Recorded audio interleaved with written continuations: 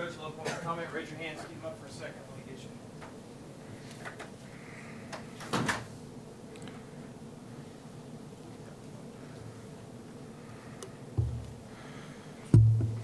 How's everybody doing?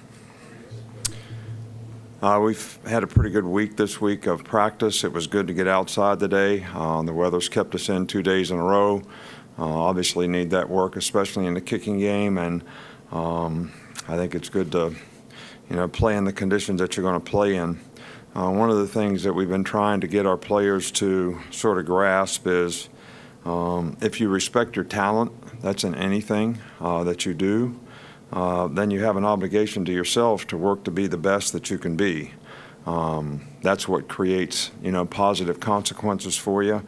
Anything short of that, you're really facing a lot of regret, not only in football but also in life.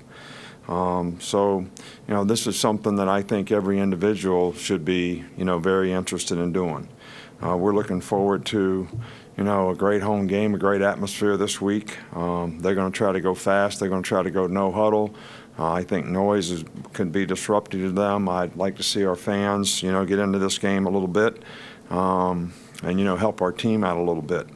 We're taking part in the extra yard for teachers, this week, along with the college football playoff.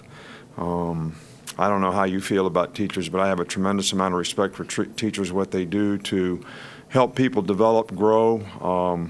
I know I could tell you my first grade, second grade, third grade, fourth grade, fifth grade. I could tell you every teacher I ever had, when I was a kid growing up, because they all had some kind of significant impact on, my development as a person, and I certainly have an appreciation for the time they invested in me that, helped me graduate from college and have an opportunity to do what I love to do. So we don't have any new injuries to report, and, we're just trying to get ready to improve and play a better game this week.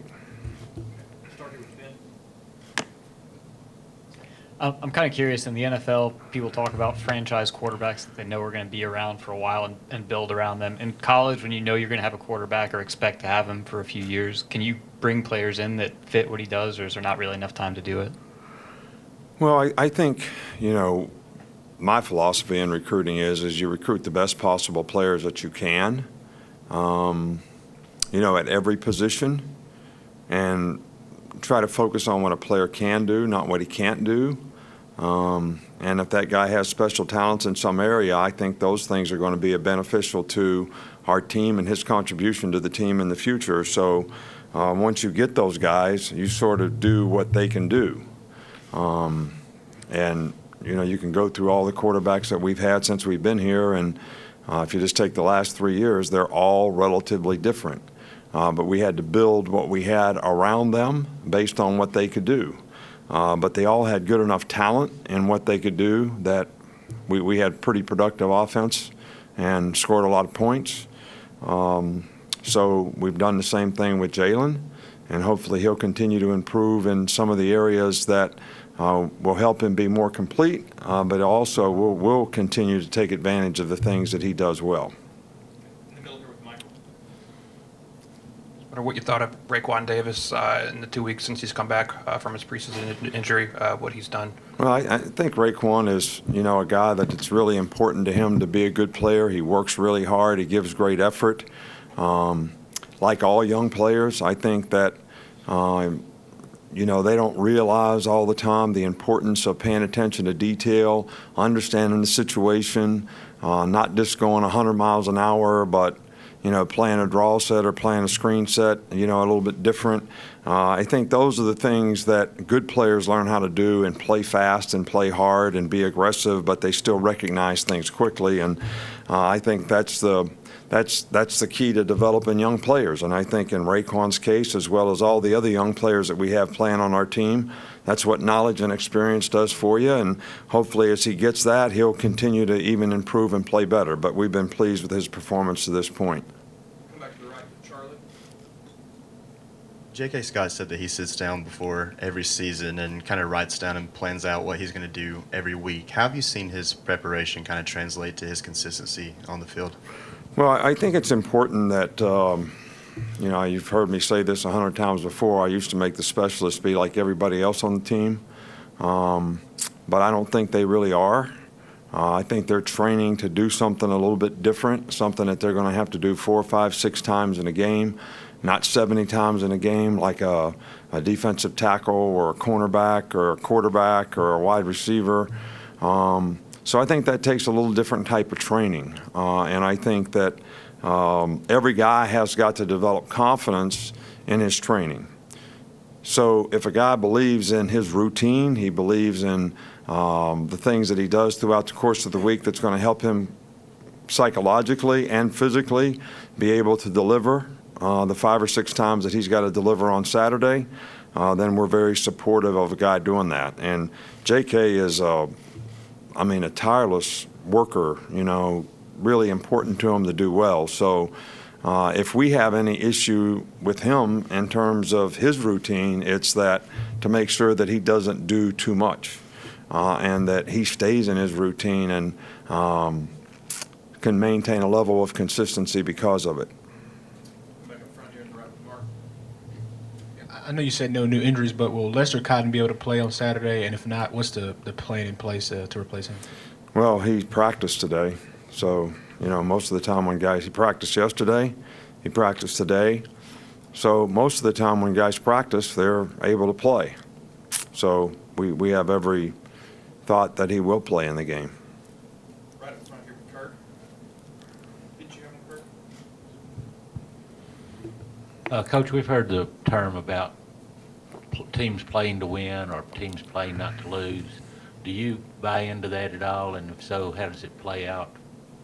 Have you ever seen it? And when you're preparing, does that have anything to do? Do you ever prepare like to win more than not to lose or anything Well, like that? what we prepare for is for every guy to play to the best of his ability and to dominate the competition and dominate his box.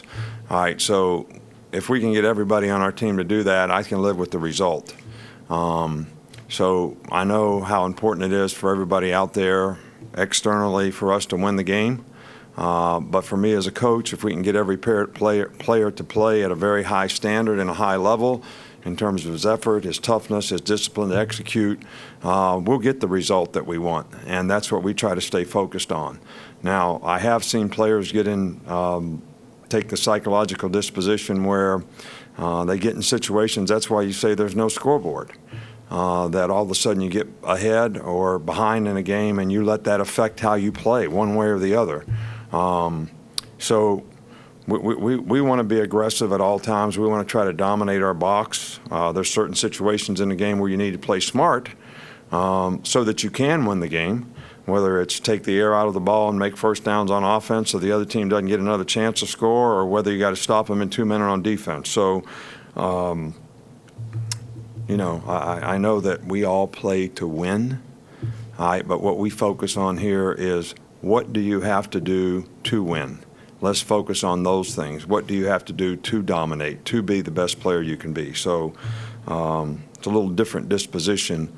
And like all folks out there, I know how result-oriented everybody is, but our success usually comes from following the process and people following the process so that they have a better chance to put themselves in a position to get a positive consequence. Last two. Two real quick ones. Just Jacobs, he's been out at practice. We've seen him doing stuff. You expect him to play this weekend? I don't know. He's been practicing. Okay. And lastly, we've seen, a lot of the freshman wide receivers have been grouped together on the field. Is there any reason for that? What do you kind of hope out of those kind of packages? Well, it's not really a package. It's just trying to play guys, trying to get them experience. And, so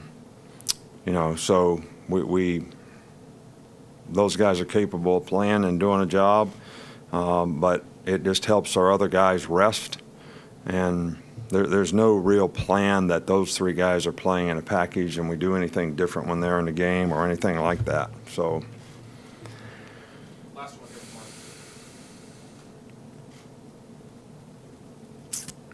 Mark. I know you said Saturday after the game that the plan was to play Tua at some point in the first half. Is that still the same plan this week, or how do you plan to manage that? We haven't decided how we're going to play the guys. So, and I wouldn't tell you if I did. So, I don't mind you asking a question, but I don't need to answer it.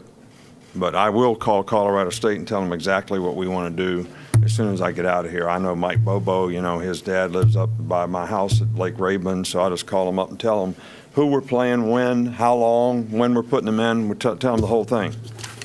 All right? Is that all right with you? So you can call him and find out. All right, see y'all later.